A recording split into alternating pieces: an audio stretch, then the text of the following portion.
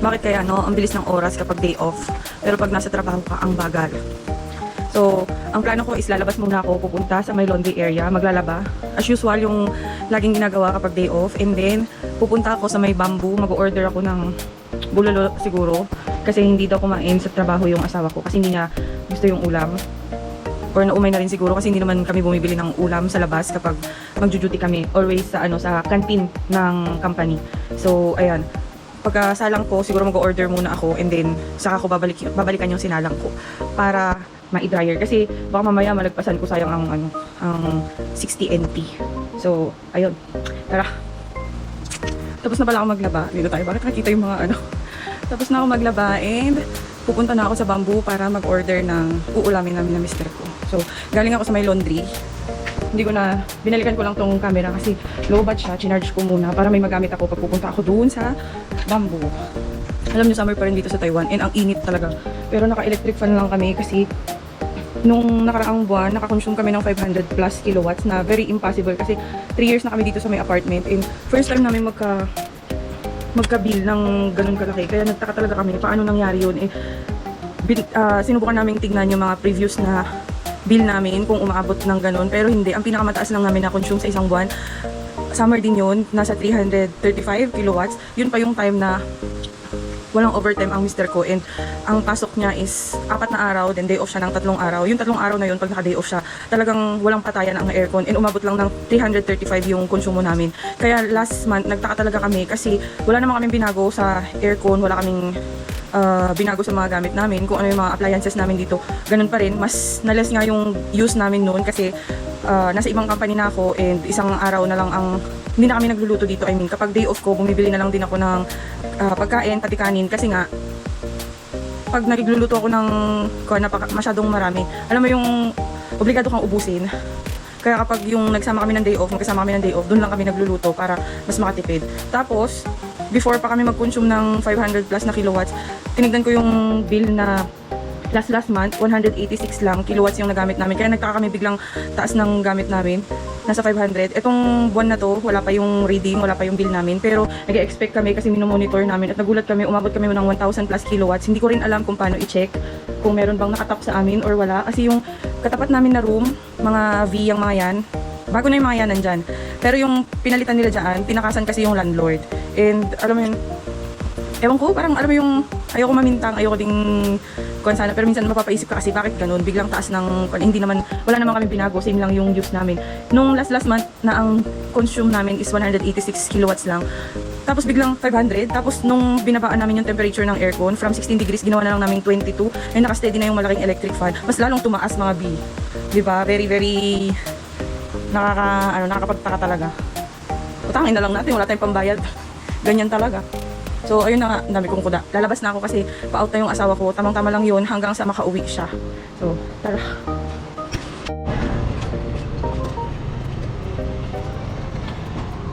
Punta tayo sa bamboo. Bili ako ng bulalo.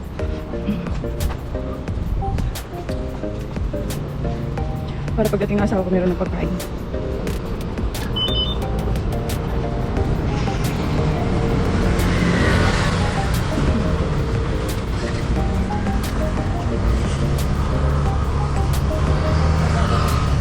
Sa Sunday pa lang mga gi, punta kami ng Chongli. Dapat. Kasi may kabatch ang mister ko na nag-aya mag-night market after ng trabaho.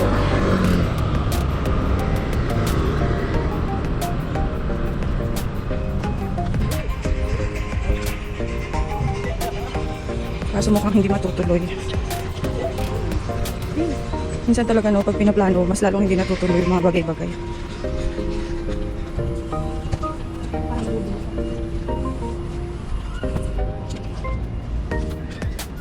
Dito pala ako sa may park. Papunta ako sa may bamboo.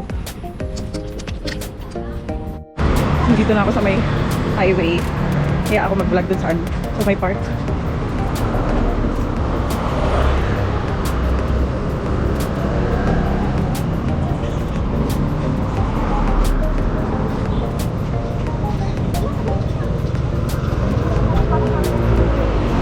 Malapit pa rin ako dun sa dati kong dorm, mga auntie, mga ate, mga kuya.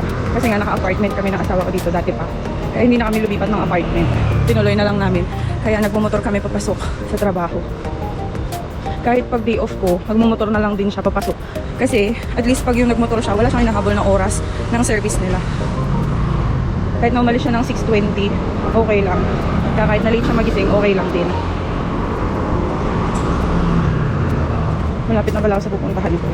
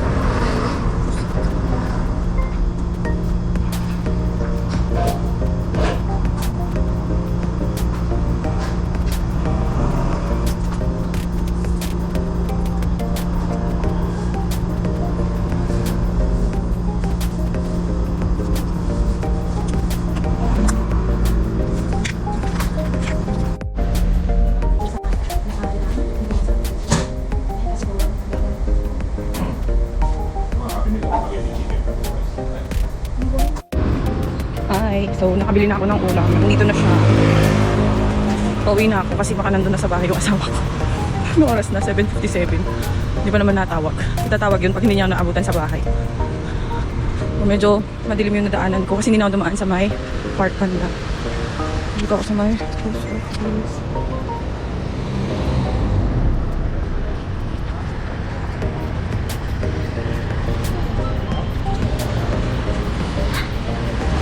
Daan na naman tayo sa madilim. Yarr. Alam nyo, maraming Pinoy ang naka-apartment dito sa Taiwan. Kasi nga allowed na siya. Pero ang balita ko dati, hindi naman allowed mag-apartment ang mga migrant workers dito.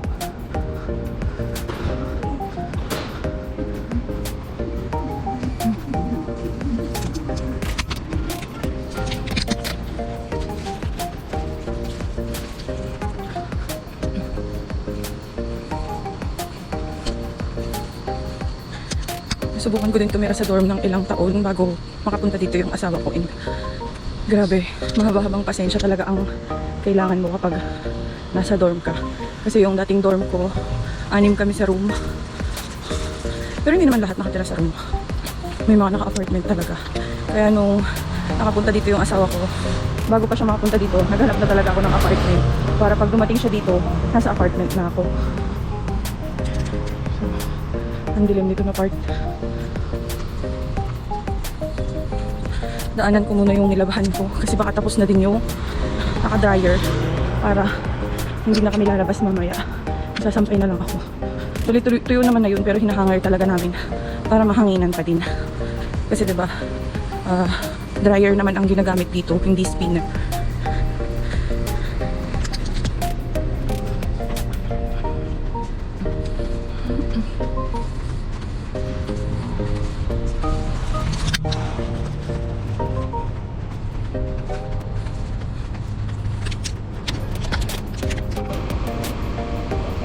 Hi. Tapos na yan? Halos ka darating mo lang? Tinanggal na rin nila yung ano dito, no? Para wala nang sagabal.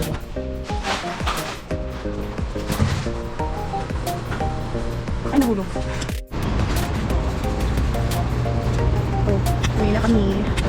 So, hanggang dito na lang mga B. See you next vlog. Thank you for watching.